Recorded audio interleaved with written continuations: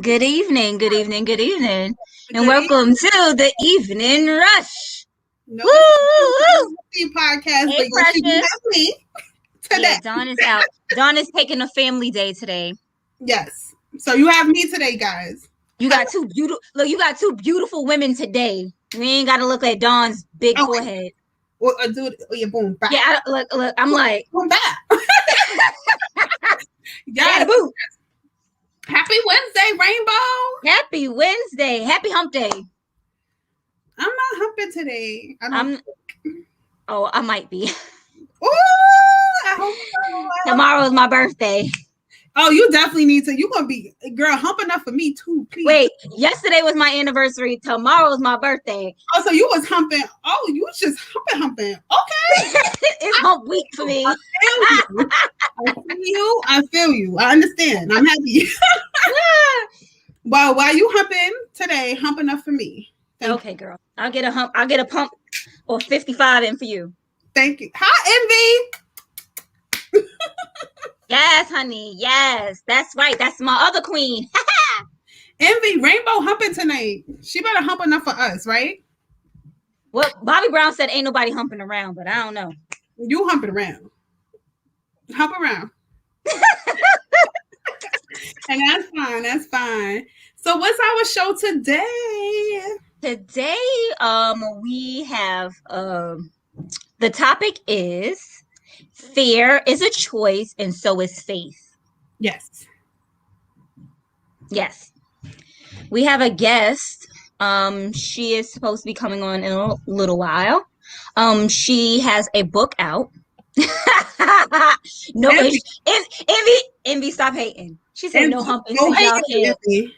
We need her to and pump enough for all of us. You know what I'm saying? Today she got to take one for the team. I'll take it. Okay. But yes, today we are having a guest. Her name is Fatima Oliver.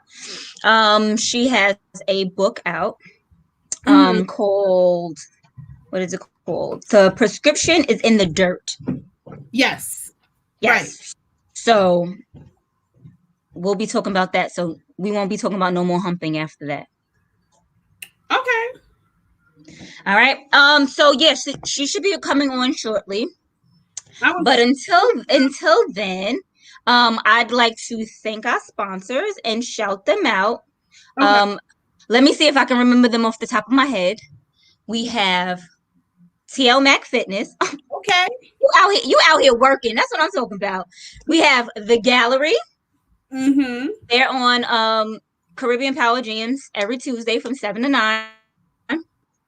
TL Mac Fitness with Mr. McLean and Roz every Thursday night from 8 to 9. Plush Vodka. You want to get you some gluten-free vodka. They have original and plum. Sayings by Butter, who does all of the shirts and apparel for the network. Then we also have Plush Apparel, LLC. If you are in High Point, North Carolina, come June, it's going to be Greensboro. That's one of the best boutiques in North Carolina. You gonna get you some hot stuff. I was gonna curse, but I won't now. Hello. We also have Hot Commodities. Can you guys hear me? Yes, we can. Welcome. Hello. Hi, Fatima. How are you? I'm doing good. I'm kind of I can't hear you guys. We can hear you. Wow, you can't hear us? You can't hear us. Maybe your computer is low. Maybe try turning your volume up because that's what happened to me. The mute button is good. No. I mean actual volume on your computer. Huh?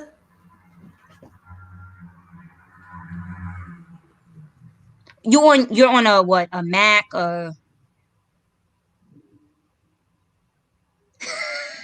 It's like I don't know what's going on. Like, I can't hear now, you. I know y'all can hear me. Y'all better not be talking about me right now. We talking about you, girl.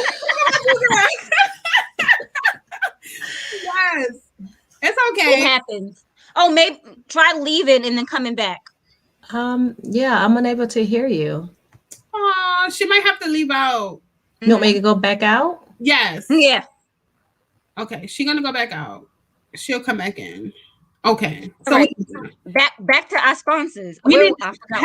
hurry it up. Read it off. I forgot where I was. Oh, Hot Commodities. We were at Hot Commodities Cosmetics. You need some waterproof mascara, all of that. She got you. Then don't forget my girl CW with community service. We have a cause, a concern, and solution network Inc. And you already know. Yeah, I better have my cupcakes tomorrow. Envy. Oh, y'all already know it's Envious Creations. Envious Creations.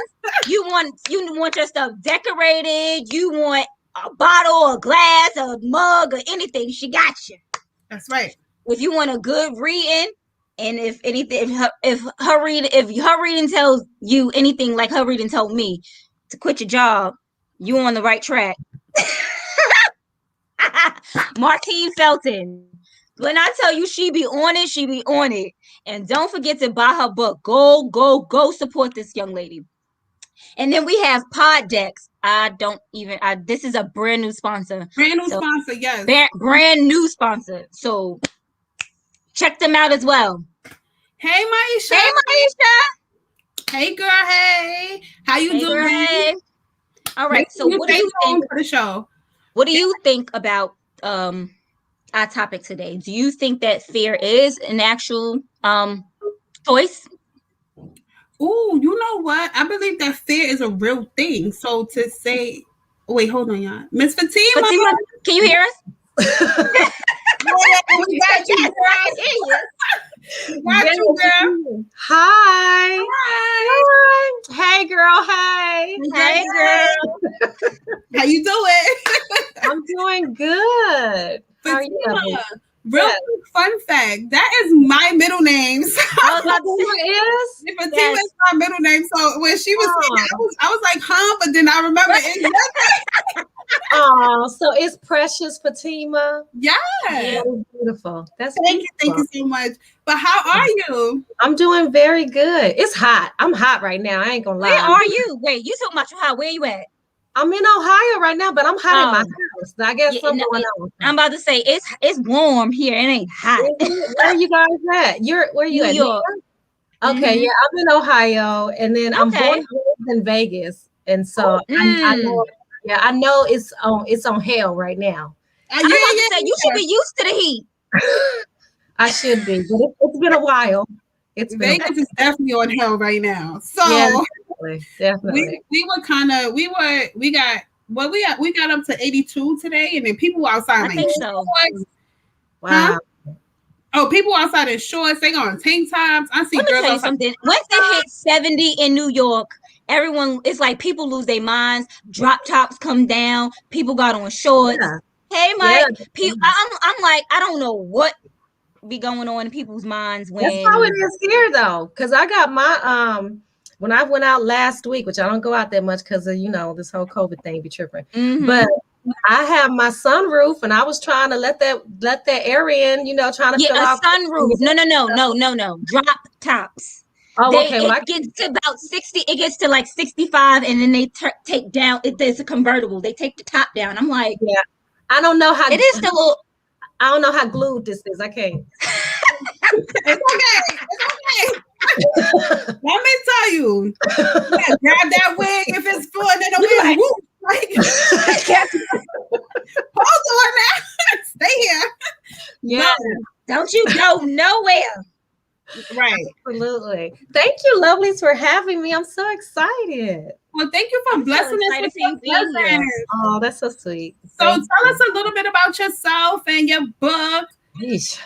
Okay, so I'm a talker, so I'm gonna bring it down. That's born and raised. No, this is a talk show, so you're supposed to talk. I know, but yeah. Sometimes I don't know when to hush, so y'all gonna have to. We're gonna let you go. Okay. Well, I am Fatima. I'm an author, transformational speaker, and consultant. When I say transformational, I mean I give you steps to apply to your life, because that's the only way things have changed, right? Born and raised in Las Vegas, like I mentioned. I grew up with all boys, so I am a little rough around the edges. Now, over time, I have learned how to gloss it and all of that. But downtime, I'm definitely a baseball cap type of chick that just hangs out with 4 boys. I got 4 boys. I have 4 boys, and I grew up with boys. So I don't even know what God was doing. But But yeah, my house is full of boys and my husband, and it is just very interesting. We are loud people. I am unashamed. I am personally a child of God. I live and breathe Jesus. He is the head of me, and I work diligently to allow him to be the head of my children and the head of my home. And my speech will betray me in this conversation because that's just who he is to me. And he has saw me through a lot of craziness, a lot of embarrassing moments, a lot of painful, tremendously, I don't know how I got over it moments. And but in that I found my purpose. And so now I have been able to write a book about my life. I'm not all famous where it's like, a memoir and they be like, ooh, let me get it. Okay, right, a memoir. Okay, no, but that is okay. God still gave me the assignment, and I definitely had a lot to share. And I'm kind of like, yeah, I said, rough around the edges. So I kept it raw and real based on my life. That's the only way that I could have gotten my healing. And so I shared a lot of me and the triumphs that I've gone through in my life in the book, relationally wise. So when we're talking about as a sibling, as a child, as a mother, as a wife, as a friend, I shared just different dramas and craziness that have happened in my life in those different facets, and just how I didn't know what to do, and how sometimes I made the wrong decision, and how, as I leaned into God, how he helped to see me through. And the book is called The Prescription is in the Dirt. And the dirt is all those taboo things that ladies, we don't necessarily like to talk about, and we can hang out with women for years and never discuss this type of stuff. But those are the things that I talk about in the book, and I consider it dirt. And how that dirt, if we don't talk about it, the molestation, the sexual abuse, the physical abuse, the death of a loved one that just ripped us apart, but yet we figured out a way to move on. If we don't discuss those things or look at them for ourselves and just assess them, try to take the pain away from the events so that we can live an honest and authentic life. If we don't do that and make efforts to do that, then dirt, just like at a grave site, it can cover us, and we'll be walking around like zombies, living our lives and trying to be functioning, but also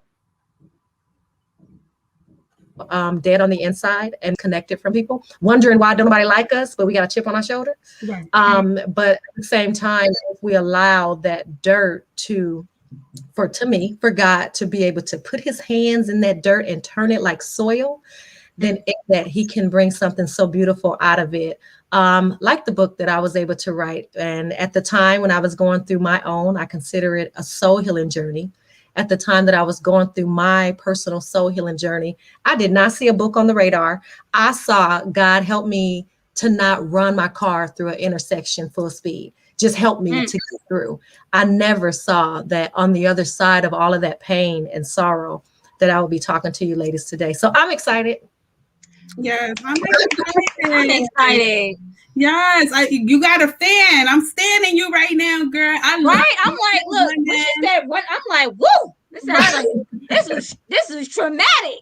Right, but we all got stuff, We do all. You're absolutely right. Some people's stuff is worse than others, and then you know how you see people and you don't know what they're going through, and then when you finally realize, once you finally hear or get like a whiff of what they're going through, you be like, you are strong.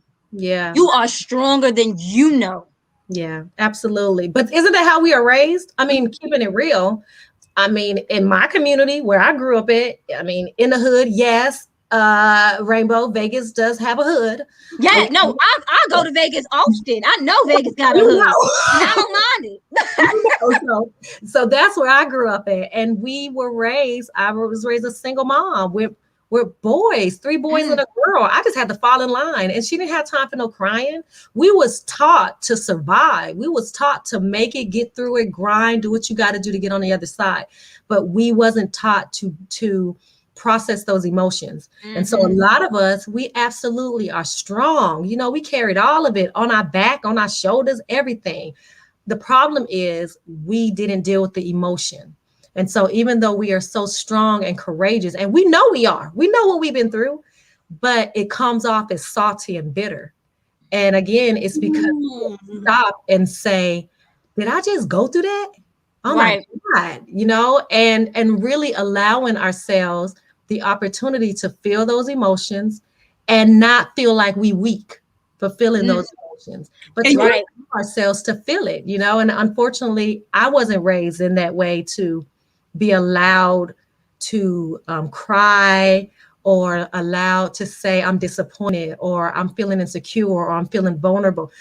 You know, those words was like, what's that? You know? And you better not say that. Yeah, you're right. You better not say that. And it was, I never was told I'm weak. Well, okay, I was told that, but that wasn't until I was in my 40s and I was able to say something back.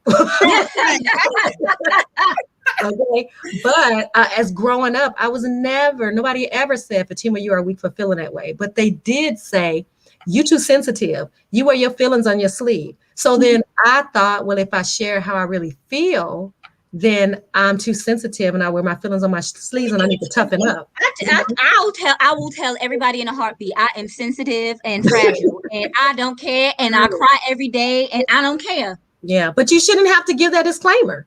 I'll be like, do you know me? I cry every day and I'm sensitive and you say something I don't like, I'm a Taurus, I'm gonna lash back at you. And I don't care. But you should be able to just be. You should just be able to feel a certain way. And it's okay that if you're, you know, it's okay. Like we all got our stuff. We all got our feelings. We all know things that set us off. But to be in a space where you have gone through some traumatic or childhood experiences, or not even that, it could be that your boyfriend that you was with for 8-10 years decided that he didn't want to be with you anymore, and you were just hoping and praying for a ring. Now, why you stay that long, that's a whole nother conversation. But you could be in that place. It doesn't have to be something that happened ages ago. It could be traumatic. And we don't allow ourselves the opportunity to grieve those situations. And because we don't allow ourselves to grieve those situations, we wound up like I was, sometimes like I was, either just spiraling out of control with anxiety and depression. And that has really been what has been a part of my life since I can remember. I didn't even know what it was, but I knew that's what it felt like. Or just angry and enraged. I know you know people that you can't say too many words to them before they just ready to pop off, like they always are on simmer. You don't just get born and just become that way. Things make you that way. And a lot of times it's lack of processing, you know, the emotional stuff. You are absolutely right. Funny. That's well, not funny, but it's great that you brought up the traumatic part, because I was just telling that to a friend of mine that something happened to me in 2015 and it was traumatic, and I did not allow myself to experience, or not to experience, but to feel the pain. So it started coming back and crashing, especially after I started seeing a therapist, but it started crashing in on me in 2019. 2020, even now, like some days I'll be like, what in the hell? Like, how could you, like, you know, you just never know, just to not be able to experience that pain, it comes crashing. It does. It was crashing. It was like the world crashed down on me one day, and all of the emotions I was supposed to feel then, because I didn't allow myself to experience that. That was the worst pain. It was worse than the hurt that was caused in 2015, because I bottled it up for so long. And then I remember, you know, like just people just being like, "Well, why the hell are you mad about this now?" And I'm just like, because I feel it now. Like I feel it. My emotions are hurt now. My feelings are hurt. My feelings are hurt. I am very disappointed that you thought to play with me like that too. You know, it was a lot that came with that. And I remember my therapist saying, you have to allow yourself to be able to be vulnerable, to be able to understand that you are, and somebody hurt you. So you should say that. You shouldn't just be like, I'm tough or whatever. And that's my motto. I'm not raised by no weak women. So I wasn't, it's not something I'm going to be like, you know what? I'm disappointed, or you know, you making me feel some kind of way. I was just like, excuse me, like, what the hell? And who you think you playing with, blah, blah, blah. But in all actuality, my feelings were hurt. Of course they were. I was very disappointed. So it was very disappointed. Yes, that's always how we are. We're always very disappointed, and we don't really let the disappointment set in. Like they feel it for a little while, but for not as long as they should feel it.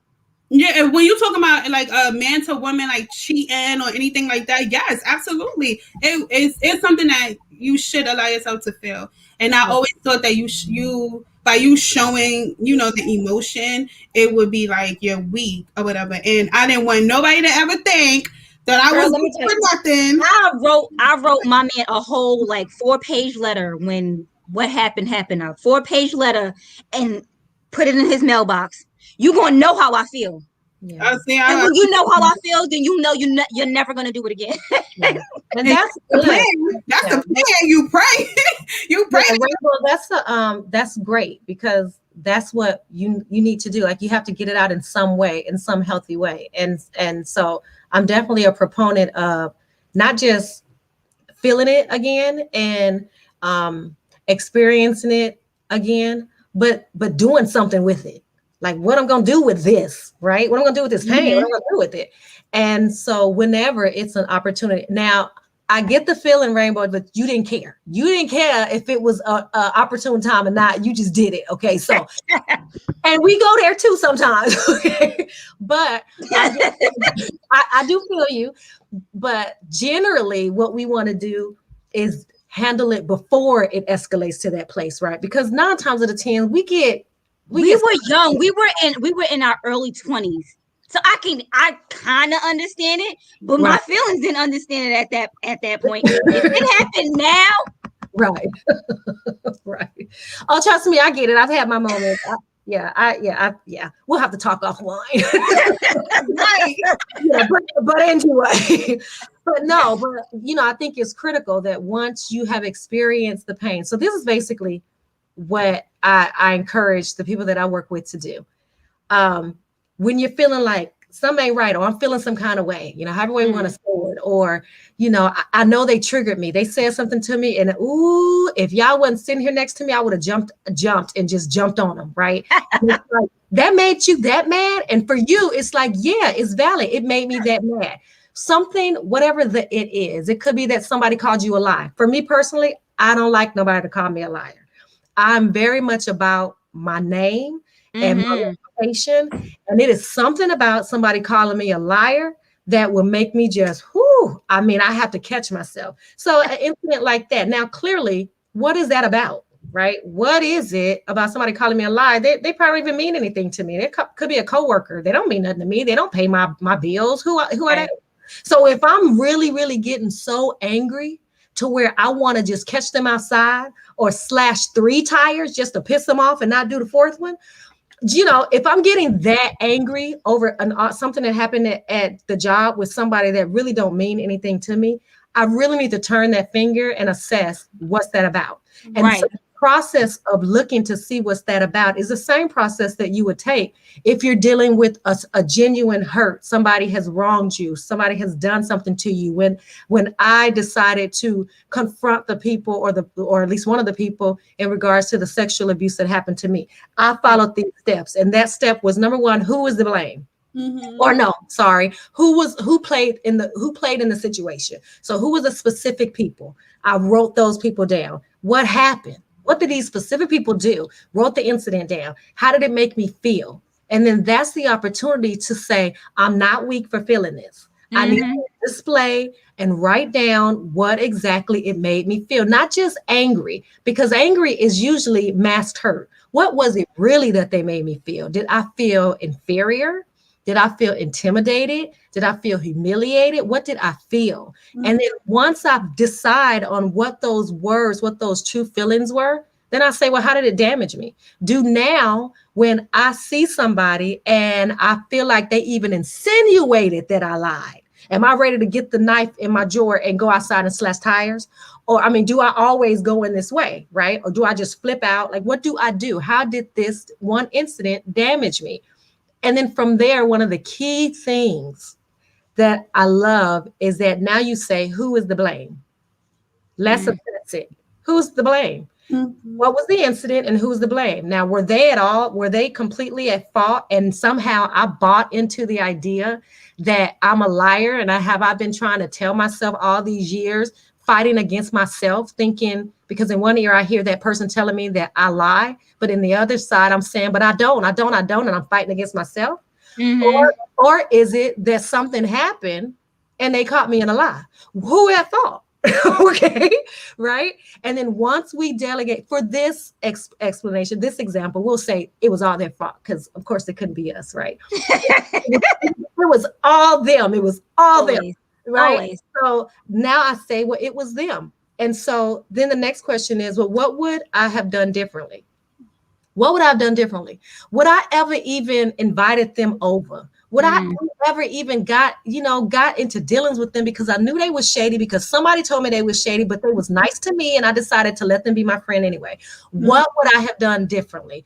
If I could have at all, what would I have done differently? Working through that process allowed me to put the blame where the blame should have been. And then accept my mess if I had mess in it, own it, and give the other person they mess if they have some stuff. But then beyond that, I had to make a decision what I'm going to do with it now. I went through this whole thing. Now, what I'm going to do with this stuff? And I definitely believe in reaching out. Now, it depends on the level. That's a whole nother conversation. But reaching out to an individual, if I want to continue keeping them in my life, if they were somebody that was in my circle, they had my back, but this situation just had us at odds and now we ain't talked. But really, I know that they've been there for me through most of the things in my life. And it was just this incident that we can't seem to get past. Correct. Then I would make efforts to try to have a conversation. I could write it like you did, Rainbow, or I could call them and say, can we meet for lunch? I would like to, talk to you about something. And I'd really just like to just have a chat with you, or call them on the phone. I personally prefer to do face-to-face because there's nothing like a face-to-face, especially when you're dealing with somebody that you care about. But the point is that going through going through that whole exercise with anything that when you think about it today, riles you up. Either it makes you sad or it pisses you off, whatever it is. You can do that same exercise so that you can basically dissect what the heck is going on in your mind and in your heart. Right. Because we just never know what it is that's going. Sometimes we don't know what's going on in our minds and in our hearts. They're telling they're on two different tracks. Yeah. They're not on the same page at all. Yeah. And you need that analysis. Think about how you would do it. You would do it if you was at work. You would dissect it if it was a spreadsheet, right? Mm-hmm. So why don't your heart, why don't your spirit, your soul, the things that keep you driving, going forward every day, why don't that get that much attention? It deserves that much attention, right? It's worth going through those steps to try to basically remove all those things that are causing you to make horrible decisions based on triggers that should not even be there. And that's how triggers are. Triggers are emotions that turn into actions. That's really turns into a certain type of behavior.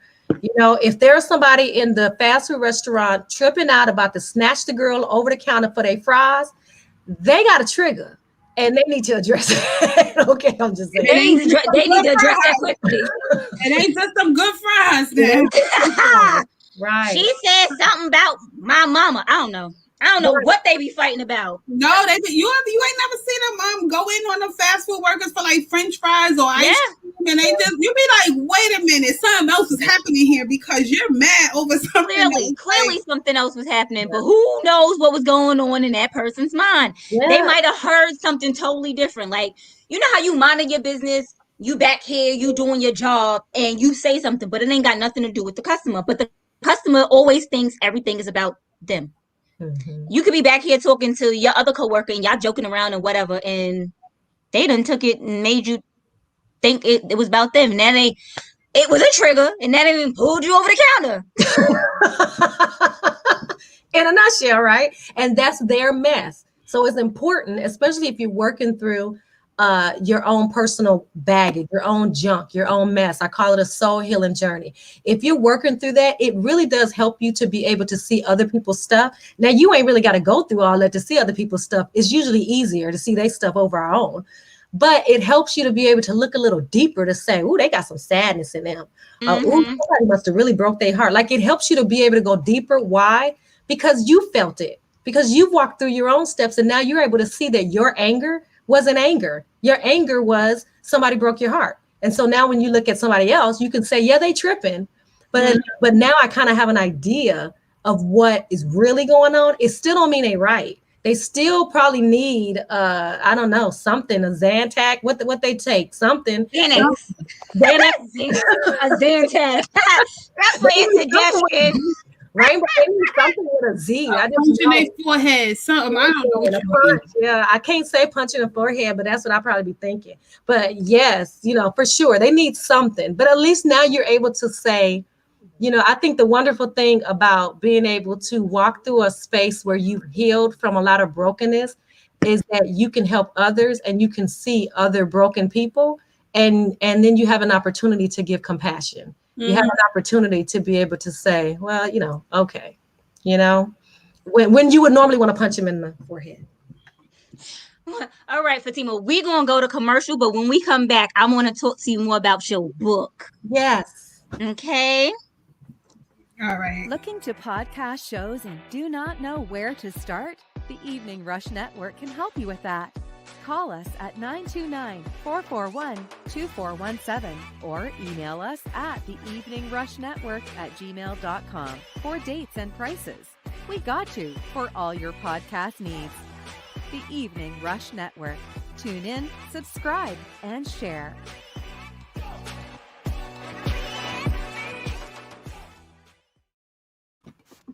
All right, we are back. Listen, I want anyone that would like to speak to Fatima to call in. The phone number is 646-309-0421. Please call in. This woman's she's got some stuff. I'm out here like this. Say it again. I appreciate that. Oh, that's so sweet. Thank you. Yeah. Good. But yes, so the book is called The Prescription is in the Dirt. Yes, The Prescription is in the Dirt. So I know you said the dirt is like soil and you're going to grow from that. That's right. Yeah. It depends on how you do it though. But you get out of it what you put into it. And so I hit my head a lot trying to figure that one out. But yeah, The Prescription is in the Dirt. It definitely dives heavily into my life.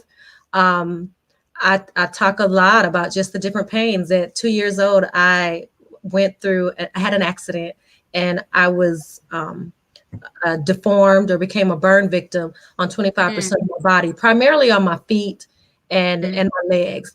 And so I've lived with that for my entire life, and just having to figure out a way to deal with people who don't look at me in my face, but they look at my feet, or they stare at my feet, or how do I go and get pedicures and do all the stuff that girls like to do and wear the shorts and the nice shoes when some shoes I can't wear, or I know that as soon as summer comes, my feet are going to be exposed and people who don't know are going to now see my burns. And so just having to figure out ways to mentally and emotionally handle that.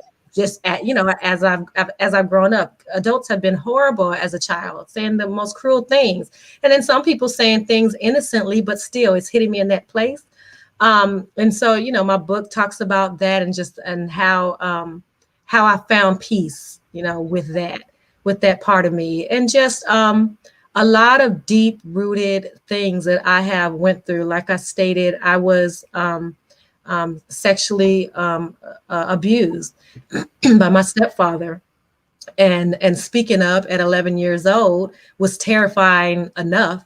And then the decisions that were made afterwards were not to benefit me. Right. As an 11-year-old child, I had no clue what really should have happened, but I know what I wish would have happened, but I didn't have the heart or the guts to even speak on it.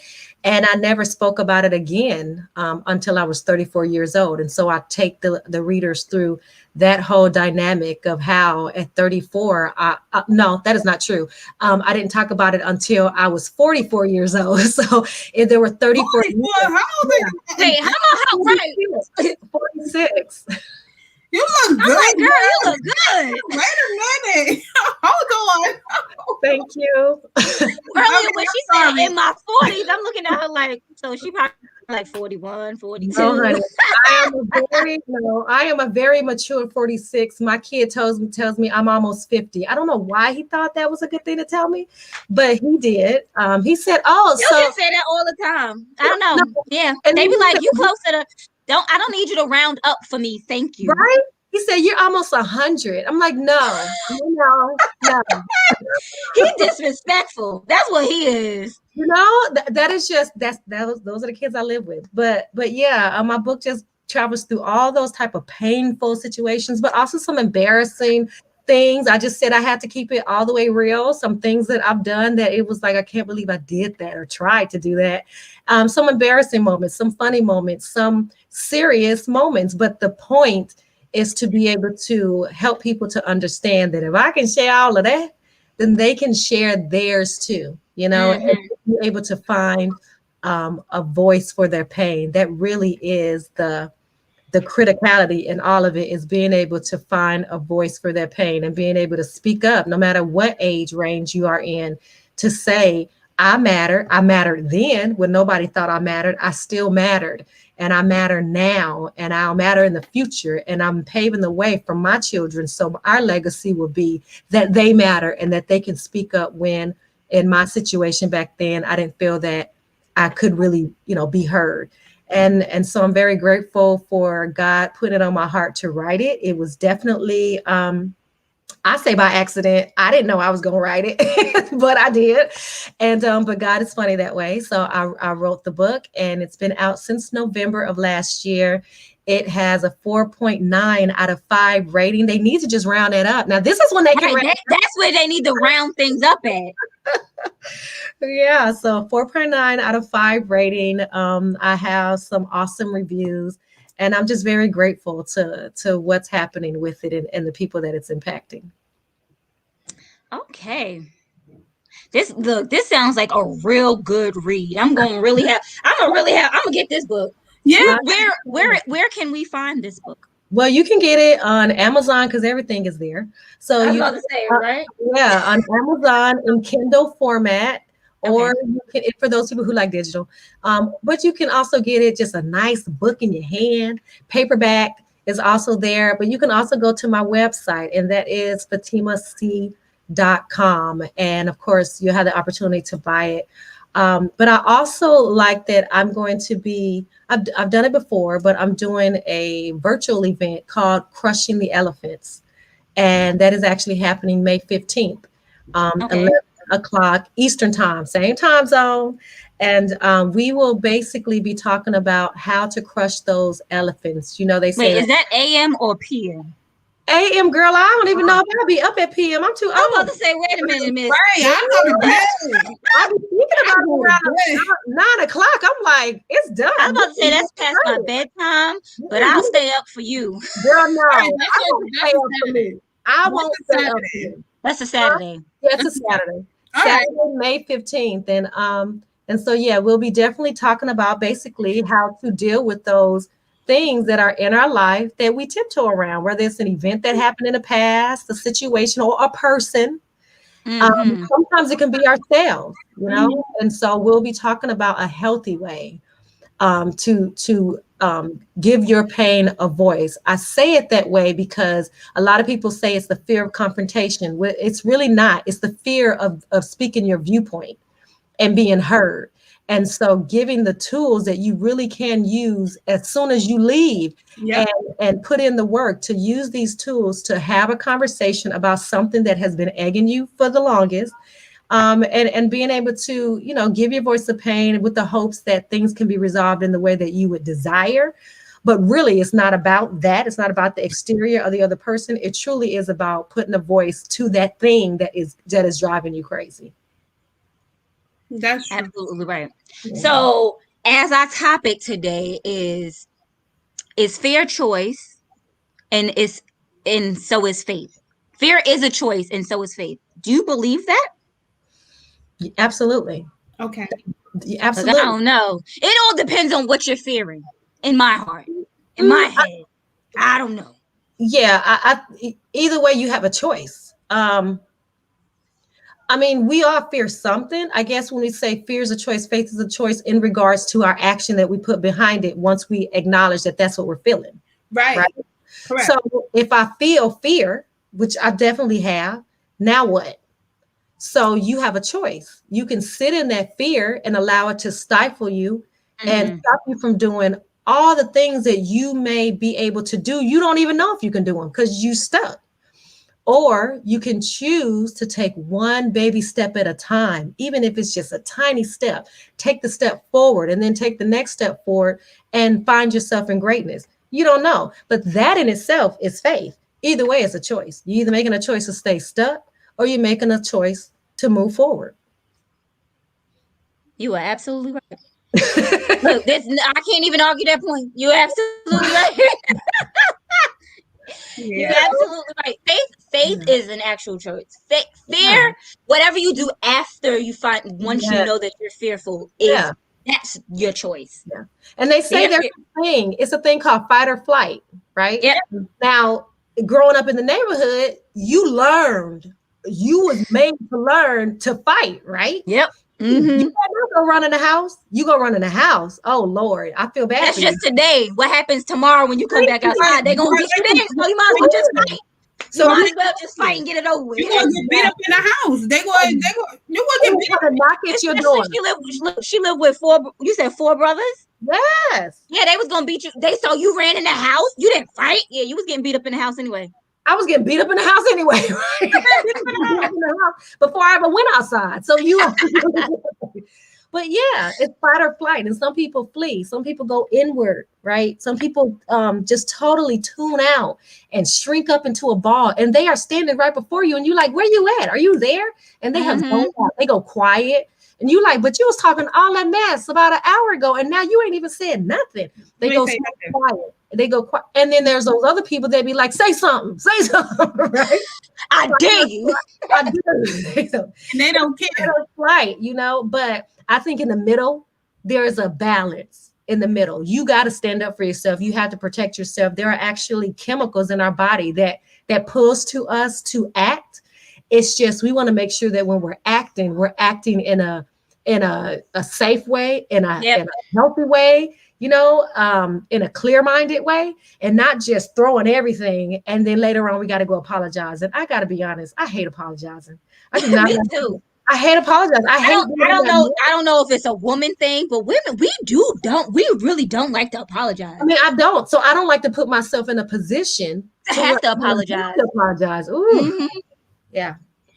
That is the worst. I do not, because you know what? I approach things with a pure heart. So when something is happening and I honestly believe that what I'm saying or whatever my actions were correct, I'm never going into that with intent that maybe I'll be sorry behind this when I come. So I never want to apologize to nobody, because it's not happening, Captain. Because it's like, why would you put yourself in a situation to do that? You know what I'm saying? So to have to say sorry. Why would you do something and know that you're going to have to say sorry about it? Yeah. Don't do it then.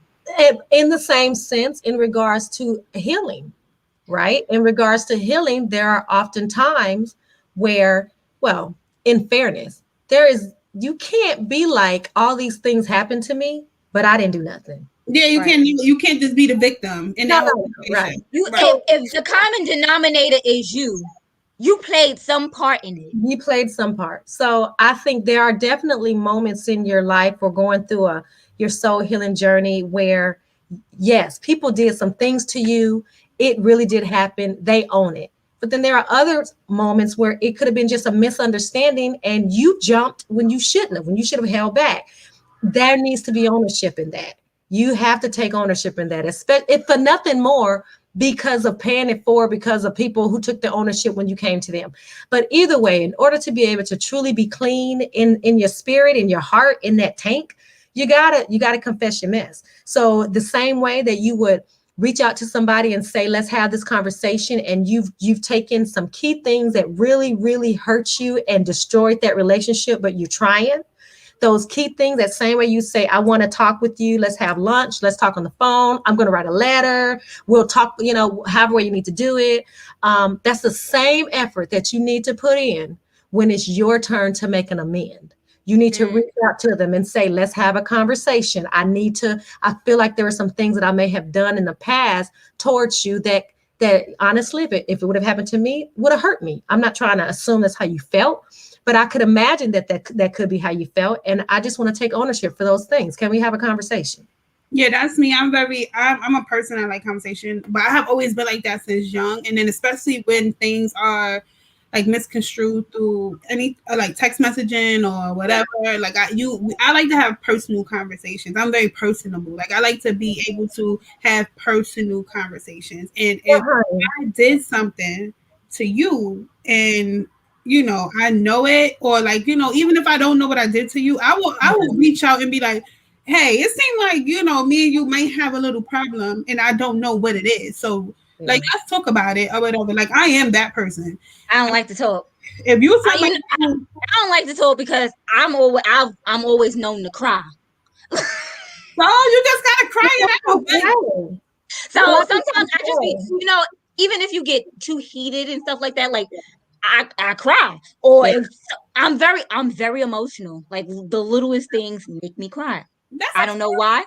Yeah. And I'm okay with that in myself, but I don't like to be talking to someone and it happens because they either think I don't even want to say weak, but sometimes it isn't even have anything to do with them. So I'll write it down. Okay, well, you're right. It works for you, but for I'll me, write it down. I'll write all of my feelings down.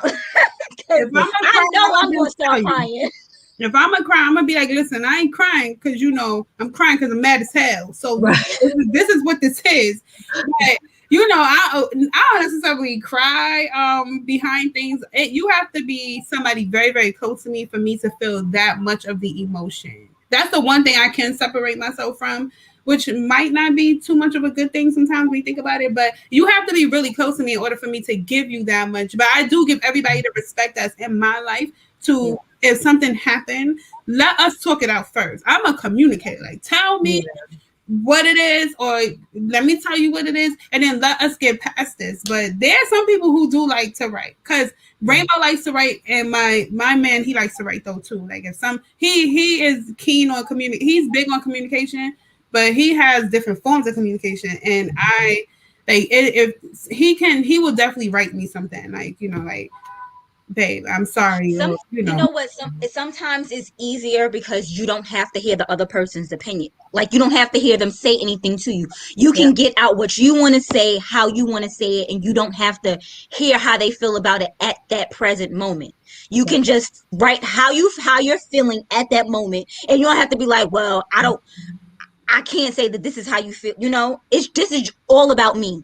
It has nothing to do with you at this moment. It has everything to do with me. Well, I can say I can get everything out on my end, and then you interpret it however you interpret it, and then you get back to me. I can say, number one, I would say we wouldn't expect anything different from you, Precious. Your name is Precious. So, are we okay? Because I just want to make sure we okay. No, I don't say that nice though, but I do say it. I don't say it that nice. No, she doesn't. No, she doesn't. She doesn't. I don't say that nice, but I will ask. Okay. But I would challenge you. Number one, journaling is wonderful. Journaling has helped me in so many ways to get out what I didn't know was in me. And a lot of times the wonderful thing about writing down is that you can have your own epiphany while you're writing it down. You're like, whoa, I didn't even know. Wow. And it's like, whoa, well, maybe I need to give the person. It definitely is a thing that should be. I don't know. I've become such a proponent about journaling. I have the people that I work with journal. We write a lot when I'm working with them because I just think it's critical to be able to look at what you feel, like see that, and then you can say, "Do that make sense?" Like see that. But I would also challenge you that if in the way that I approach any type of, I've learned, okay, because I was not this way all the time. Ask my husband. And it's my second time around. So the first one, so I was not this way all the time. This is not just Fatima's holier than thou type of situation. I learned these tools, I have to learn it. And so one of the great things that I've been able to learn, and I really try to stay true to it, is again, going back to having that conversation. It don't matter if I'm having it over the phone or if I'm having it in person. Personally, like I said, I prefer in person, just because the person can see your facial expressions, they can see your disposition, your body language, and they can read if you really mean what you say, you know. Right. And they can break these unspoken barriers, you know, the tension. They can just break it. Especially if the person you care about so much and you reach out to hold their hand while you're having the conversation. I mean, how can you stay mad, right? So there are things that you can do when you're in somebody's face that you don't really have that opportunity if you're on the phone or if you're writing and then saying you just read it. But in saying that, when you do write and say read it, it gives, like you were saying, Rainbow, processing time. They were able to process to write it down, and now you can process how you feel about it, and then you guys can set up some time to come together. No, I think that was you, Precious, that said that. No, Rainbow likes to write. I'm a writer. But you said your spouse likes to write too, right? Yeah, he will write. But what I would say is that if you're doing like what you like to do, Precious, where meeting up with the person, speaking face to face, or on the phone, if so. One of the first things I do when I'm approaching a situation where it's a tough conversation, I say it's a tough conversation. I set the precedence and just say, I would like for you to allow me to get these key things. I'm not going to come with no big old laundry list because then it becomes an attack. Right. I look at the major things, like 3 to 5 major things. Really, I try to take it to 3 major things that really, really, really just, it's breaking us. It's breaking our relationship. Let's focus on those major 3. And then I write what it is. I go through the similar scenario. What happened? This was how it made me feel. This was how it damaged me, I feel. This is what I would like to see different going forward. This is how I would like for us to operate going forward. That's number 1. Number 2, number 3. But before I ever go there, I say, just give me the opportunity. What I would like is for you to give me the opportunity to share everything that's on my heart. And then once I share all these 3 things, I just have 3 things I want to share with you. Once I share these 3 things, I will absolutely give you the floor. You can say whatever you want to say in relation to those, and I just will listen. Now, the key, whether it is on paper, whether it is on the phone, it don't matter. The key is not manipulating the response. Right. And a lot of us like to manipulate the response. We already know in our head what we want them to say. So if they don't say what we want them to say, we want to pull back from the table, and now we can't resolve anything. When you go to the table, no matter if it's on paper or in person, you have to go with the understanding that this is truly just about you expressing how you feel. It is not about really them. It's about you expressing how you feel, getting it off your chest so that you can clean that air out. And then whatever happens after that, you have no control, and don't try to control it. There are times when I have to sit on my hands. I have to sit on my hands because it's helping me to not talk. And I have to keep telling myself in my head sometimes, especially if I don't recount it like they recount it. And that part of me want to say, but I can't. That's not what happened. I can't say But what happened? But what happens when you are explaining your points and then they try to interrupt you? I said, give me some time. I said, give me my minutes. So I'm reclaiming my time. I'm reclaiming my time. Yeah, I'm reclaiming my time. Right. Jesus, I said, give me my time. What I would say is I go back to go straight customer service, but the nice customer service, the customer service girl who don't realize how horrible her job is yet. That customer service. Okay. So I remember her. Okay. That used to be me. Right. Not the customer service girl that be like I said, I said. No, not her. Okay. We don't want her. We want, okay. I remember we said that I was going to be able to get through these 3 things. And then you was going to have the floor. Okay. Now you said you committed to that at the top of this call. I mean, top of this conversation, you committed to that. Can we start over? And then I would not go back to 1 unless I didn't finish it. I wouldn't say, now that you stopped me at 2, I got to go back. No, you stop. You gonna hear my 1. You gonna rehear it. Are you gonna rehear it? Start where you finished. Start where start where you finished at. You know what I mean? Start where you stopped at, and and then work your way through.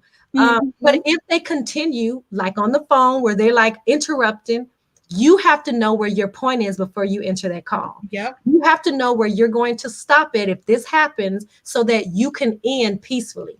You're not trying to jump on the table, right? Right. So you need to know where your breaking point is way before you get to that call. And so when you get to that breaking point, you're able to say, you know what? I thought we was ready to have this conversation. But I we're see not. we're not ready. So what I'm going to do is I'm going to put a pin in this. I'm going to stop. And you just tell me when you're ready. All right. And if they keep going on and on, okay, I'm going to have to get out the phone. You cussing them and all of that. I got to get off. I got to go. Because you didn't come for that. What was the point? When you came to give your pain a voice. You came to express what was on your heart. You didn't come for all that other stuff. So you got to know when to cut it off. And that's all a part of it. But even if that happens, Rainbow, it's critical to understand that you need to celebrate yourself. Why do you need to celebrate yourself? Because you did what you came to do. You came with the heart to make it right? You came with the heart to give your pain a voice. You walked through the steps. You showed respect. You didn't flip out. They flipped out. You better go and get your nails done. Go do something nice for yourself. Get you some ice cream and celebrate yourself. Ooh, ice cream. Okay, for me, ice cream, okay? No. You just said ice cream. I'm like, maybe I'm gonna give me some ice cream after we get off this. Yes, you do that and you move on. And it's just some people, you love them from across the street. And that's what I've had to learn. There are some people in my family that when I wrote the book, I knew that I was making a choice to either free myself, save myself, because I was ready to kill myself. So either I was going to save myself or I was going to be loyal to dysfunction. And I knew by making the choice that I was going to be losing people that mean so much to me. But I made the choice to free myself. So that don't mean I don't love them. That don't mean I love them any less. No, it just means I love them from across the street. That just means I love me more. I love me more. Absolutely. And as you get older, you realize things like with my family is huge. My family is humongous. I grew up with 3 sides of family because I have my mother's side, my father's side, but then my mom was married to my dad. He's been in my life since I was 1, so I don't call him stepdad or anything like that. So I grew up with 3 sides of family. So with 3 sides of family, there are things that are just bound to happen, and my family is full of love. However, I'm the tallest one in my family. I'm the tallest kid there. I was the tallest from young. I have the biggest feet. I wear size 10.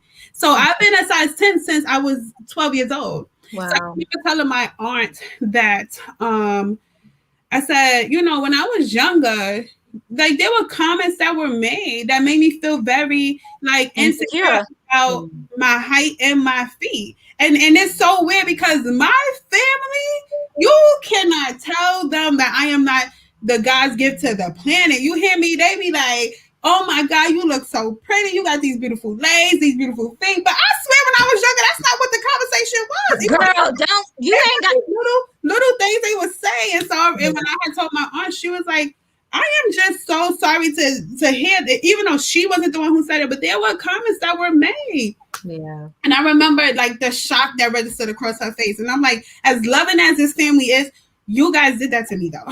Yeah. You almost gave me an insecurity about the fact that I was taller than everybody, because I'm taller than everybody, girl. Taller than you see my cousins, a picture I took with my cousins, they look like this. Okay, she's like, it's like this. They feet like this, my feet like that. And my cousins love me. And my family is so full of love.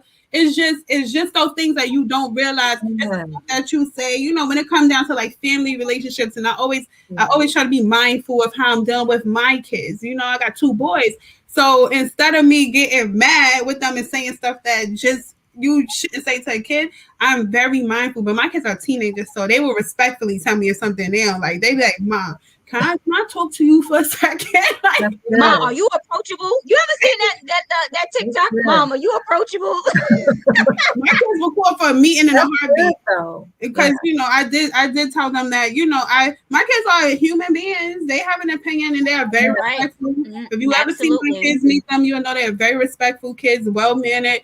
So I appreciate them telling me things that hurt their feelings. I don't want you to ever go through life feeling like you can't tell us what is hurting you, because they are humans. And just growing up we were not allowed that liberties as young children. So it's a lot of things that Because you're a happen. child. Because that's how you're a child. You'll get over A it. lot of things But that that happen stuff to that children. traumatizes you. Right. You know, so like them calling me doofy, okay? But now, Girl, I've been called string bean and skinny in my entire life. And I my was father's told, big forehead and shoulders. what's her name? Popeye's girlfriend. Olive oil. Olive oil. Yeah, it was called her. It was a hot mess. But Yeah. you know, and the way that they said it wasn't around anyone else besides family, you know. Like, oh, Fatima, just get to the back. And, you know, my family call me Fatima, or they call me Titi. So it's like, Fatima, get to the back, because you told everybody, get to the back. Like, it was always get to the back. Oh, if you got to go buy shoes, Fatima can't fit those shoes. Like, wait, get my shoe size then. It's not my feet this Yeah. you know. But I did say something too dumb, because then it made me realize that they honestly just did not know. Right. And a lot of times that's what it can be. It's just, you have to have those conversations. Now, everything don't need a conversation. Like, right. Really, you know, some things you just need to journal it out, become aware of where the insecurity came from, and then be aware of it when you get triggered, so that you can say, okay, he looked at my feet, but he was liking the shoes. It wasn't because I had big feet. You know what I mean? Like, talk yourself off the ledge, right? Yeah. Sometimes you first of all, for Precious out, she's tall. So if she had small feet, she would look crazy anyway. So when you see her feet don't look big anyway. Right. So like, at this point in time, I don't think anyone thinks that, but I can see it as a 12-year-old. Somebody would say a 10. My feet been a 10 since I was 12. Like, imagine that. And I didn't know they were big until everybody kept saying they were big. I just felt like, you know, these are my shoes. Like, you know, whatever. Maybe I was looking like Ronald McDonald. I don't know. Girl, you just got me thinking about my son, because he had like a 12, 13, and he's 14. And I'm just like, did I say anything to make him? You better not. My son is 16. My son is 6'1". My oldest son is 6. He's 6'1". He's taller than me. And his feet is a 12, girl. Yeah. Just be like, oh my. You better not say nothing about that baby feet. When I have to pay for them, I do say some stuff, because I'm just like, do you understand how much money that is? Oh my God. It's crazy. Yes, it's hard, but I know what it made me feel like, so I never say nothing to him. But he a boy, he don't care anyway. I would think they like big feet. Yeah, I don't think he would really care. But my 14-year-old's a 7, so from a 7 and a 16-year-old to 12. Like, I don't even. What's happening? Are y'all related? Like, I don't know, but you know, it's so weird. And you know, he's just so big. So even like when I'm talking to him, I don't say stuff like, you know, like, you so big or whatever. I just say, oh, my baby. Like, you know, I always do that, but he is big. Like, you're so grand. Oh, I can use that. That's how he'll probably be like, yeah, right. He look at you like, what are you saying to me? He'll be like, Mom, what you talking about? But that's good, though, that you are aware of how it impacted you, which is the whole point about legacy, right? Yes. You're aware of how some things impacted you, whether it was intentionally or unintentionally, how it impacted you. And you don't want to pass that on to your children. Those generational curses, those generational insecurities, or generational behaviors and habits, you're trying to not pass that on to your children. And the more that you are aware of that, the more free they're going to feel. You know, in a crazy world like this, the more free they are going to feel. And that is just, I mean, that's a beautiful thing when you think about it, that they're going to feel freedom that you didn't feel when you were growing up. And so you have broke a chain. And that is just, that's a blessing. I just view that as you out there being breaker of chains, Precious. Breaker, girl, okay. I was held in bondage to these big feet now. I get it. Let me tell you, them things is pretty, and guys like them. Even though I ain't looking for nobody, they be like, "You got some pretty feet." I think I know. I am not worried now. Like, I would. What size you wear? A 10? Okay, yeah, well, I mean, no. When I was younger, I felt like my feet were big too, because I'm only like 5'5", and I feel like my feet shrunk since I got older, or maybe I just was wearing too big of shoes. I don't know, but I swore that I wore like a 7.5 in boys, so that's like a 9 in girls. But I'm like, there's no way, because I wear 7 in women's now. Like, how did I go from that to that? But whatever. When I was younger, everybody used to say, "Oh, you got big feet. Your feet ugly." You can't tell me nothing about these feet now. Girl, look at here. I'm like, I got burns. I ain't hearing It's all right. I got burns on my feet. I told my husband, I was trying to think about having a tattoo. And then I said, well, I mean, it's not even gonna look right. Like I'm not even gonna shave. Like nobody can see it. It's like I'm not even gonna shave. it's just, I mean, but that's what I say about me. Like I can only say that. You know what I mean? Can nobody That's else? right. You say it, somebody else say it. I got you. Right. You know, The Lord said. Yeah, but you just learn to live with your things. You learn to embrace the entire you, the good, the bad, the awkward, the ugly, because there's ugly. There's some ugly. You know, with the ugly, I say take it to God, and when He shows you, don't turn away. Amen. You know, face it head on. You know, really quickly, the 3 things that I try to lead people with, if there was anything they can do to get to start their healing process, it's a step-by-step approach. It don't happen overnight. You got to put in the work. But number 1, you have to have a safe place. Like you got to have your circle. You got to have your people who you know you can be very vulnerable with, and they're not going to judge you. They're not going to be calling such and such, talking about, oh, look what they told me. No, they're not the people. I don't care if that you club with them. They're not the people. Mm-hmm. On your circle where it's a safe place to fall. And that's what I call it, a safe place to fall. But then because they're going to carry you. They're going to carry you through your journey, right? They're your accountability partner. Those are the people you can vent to when you slip and fall and you do that thing that you said you wasn't going to do anymore. But beyond that, you have to deal with the fact that the self-sabotage, the self-victimization, even though you were a victim, even though some horrible things happened to you, even though that you can still remember the events, and to me, you should. Don't pretend like it didn't happen. It did happen. Amen. You have to make a decision that it's not going to ruin my life. It's not going to take over my entire life, and I'm not going to try to do anything with my life because people said that I wasn't going to be nothing, so I'm just not going to be nothing. No, that's self-victimization, and you're not going to get anywhere with no type of healing if you live in that space. And then lastly, just understanding that you have to face the hard truths of your life. When you begin to get that tap on your shoulder that this ain't right, that this trigger happens too often, like now people don't even want to get around you. Like they don't even know what to say to you. Like you thinking shade coming because you really been tripping. You need to look at that. Don't look at them. You need to look at you and say, I have some situations. I have some mess. And look at it, face it head on, and start peeling away the layers. I say like an onion. Peel back the layers on it because there may be some tears, Rainbow. There may be some tears, but there's always going to be tears with me. But that's okay. The point is that you get down to the core to see what is this really about so that you can address it. And then when you're in that same type of atmosphere or environment where somebody's trying to pick at you, you know what your trigger is, you know why you have that trigger. And now you're able to safeguard yourself. You're able to make wise decisions like maybe I should leave or it's not worth my time to have that conversation, or I'm gonna go home and journal all of this, whatever, or I got to call my accountability partner, whatever you got to do. But the point is that you're making better decisions. And that's all we need to be doing is working our butts off to be not just done on the outside, not just taking care of the outside, but taking care of the inside. That is more precious than any workout routine or any outfit. It's our soul. And doing those 3 things will at least help somebody to get on that path of just really doing a self assessment on themselves. I call it self-investment, to look at the things that they need to change in their lives. Get up the courage, put on your big girl panties on or your drawers on and do the work, and do one thing at a time.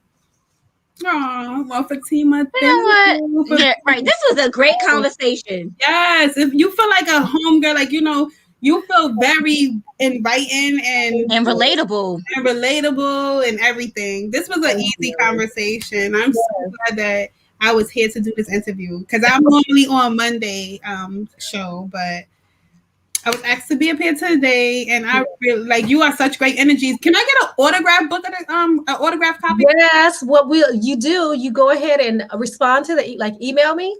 Okay. Email me your information, and of course that would be your address. Email me your information, and I would love to send you guys an autograph copy. I would love to do that. Ooh, we both get one. Add Dave to that too. If you can get his information, add him too. I would love to do that for you guys. All right, we need 3 for Queens of NYC because we need one for MV2, and then we're gonna get one for Don. Okay. So I don't know who they is, but send the information and I will make sure it happens. Well, you know who Don set up the this whole thing for you. Oh, I thought it was Dave. It's Don? Don? Don. Oh, wait, because that's what he get. He should have been here. I wouldn't have been messing up his name. Right, but that's okay. That's all right. Okay, his fault, right? That's all right. Yes, definitely. So we definitely gonna need photos. I'll email you after this show. Yeah. Thank you so much. So again, tell us one more time where we could get. We put your web address. Yeah, but let us know again. Let them know again. Yeah. So my website is fatimac.com. So right there, you can find all my information on my virtual event. You can get my book. The book is The Prescription is in the Dirt. If you don't want to go to my website, you like, I don't know her like that. You know Amazon. You can go to Amazon and you can get a Kindle version, the digital version that you can put on your cell phone and all that stuff. Or you can get a paperback. So please support. I'm just out here trying to do what I believe God has assigned me to do, to pay it forward in some way. And if you think I'm good people, please support me. Y'all know she good people. Y'all better support. Don't play. That's right. We only have good people up here. Yes. We support the queens. We support queens. Absolutely. Amen. Look, you gotta jump at her. You better support. Yes. Well, all right, y'all. I want to just say thank you for everybody tuning in. I want to thank Fatima for being here. I want to thank Precious for helping a sister out. Because I don't know, look, I may not have been able to carry this by myself now. Fatima was just rolling, and you absolutely was. She absolutely was. Fatima was good. She knows. Fatima know how to. I think that's so weird saying that. Fatima knows how to make sure you know who she is. Thank you, girl. It's a Fatima thing. I got to. It is a Fatima thing, girl. You best to come on, Precious. It's hello. Period. You gonna know us. Thank you so much, you guys. You guys are my family now. I appreciate it. Thank you so much. If you ever need me on again, or you're bored and don't need somebody to talk to, and you know that you need somebody that's going to be gabbing, I'm your girl. I'm gonna hit you up, girl. We got some things we can talk about. Yes, please do. All right, it was such a pleasure, ladies. Thank you. Thanks so much. You guys have a great weekend. Thank you. You too. Bye-bye. Bye. Rainbow. My nephew told me I'm a king and a crown fitted. You can catch me in $1,000 outfit. Rainbow. Oh, Fatima was so sweet. I want to order the book. Yes. All right, I'm gonna send her email. We're still live.